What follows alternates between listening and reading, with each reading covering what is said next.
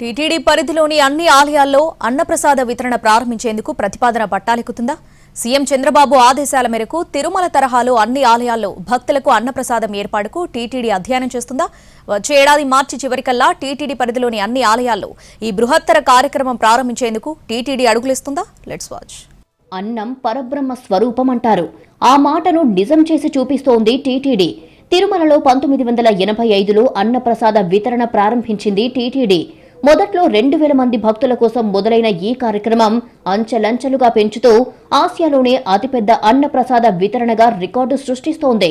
నిత్యం 1,00,000 మందికి పైగా భక్తులకు అన్నప్రసాదం పంచుతోంది. మరోవైపు వైకుంఠం క్యూ కాంప్లెక్స్ లోని కంపార్ట్మెంట్లతో పాటు భక్తులు వేచి ఉండే క్యూ లైన్లు, యాత్రికుల వసతి సముదాయాలతో పాటు రామ్ బగీచా, సిఆర్ఓ వంటి భక్తులు రద్దీ ఉండే ప్రాంతాల్లోనూ ఫుడ్ కౌంటర్లు ఏర్పాటు చేసింది. భక్తులు సమర్పించే విరాళాలను ఫిక్స్డ్ డిపాజిట్లుగా ఏర్పాటు చేసి వాటిపై వచ్చే వడ్డీతో ఈ ట్రస్టును నిర్వహించాలని సంకల్పించింది. మొదట్లో డిపాజిట్లపై వచ్చే వడ్డీకి సమాంతరంగా టీటీడీ కూడా జనరల్ ఫండ్స్ నుంచి నిధులు కేటాయించేది.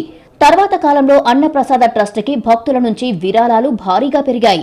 ప్రస్తుతం అన్నప్రసాద ట్రస్టుకి భక్తులు అందించిన విరాళాలు 2,300 కోట్లకు చేరుకున్నాయి.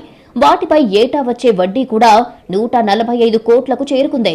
దీంతో ఫిక్స్డ్ డిపాజిట్లపై వచ్చే వడ్డీతోనే ఈ ట్రస్టును నిర్వహించే సౌలభ్యం టీటీడీకి లభించింది. అందుకే తిరుమలకు సంబంధించిన అన్ని ఆలయాల్లోనూ అన్నప్రసాదాన్ని నిర్వహించాలని భావిస్తోంది. ఇప్పటికే తిరుచానూరు పద్మావతి అమ్మవారి ఆలయం, తిరుపతిలోని టీటీడీ హాస్పిటల్స్ లో కూడా అన్నప్రసాద వితరణ ప్రారంభించింది. ఒంటిమిట్టలోనూ మొదలు పెట్టేందుకు సిద్ధమవుతోంది. ఇదే తరహాలో దేశవ్యాప్తంగా టీటీడీ పరిధిలో ఉన్న 60 ఆలయాల్లో కూడా అన్నప్రసాద వితరణ నిర్వహించేందుకు ప్రణాళికలు వేస్తోంది.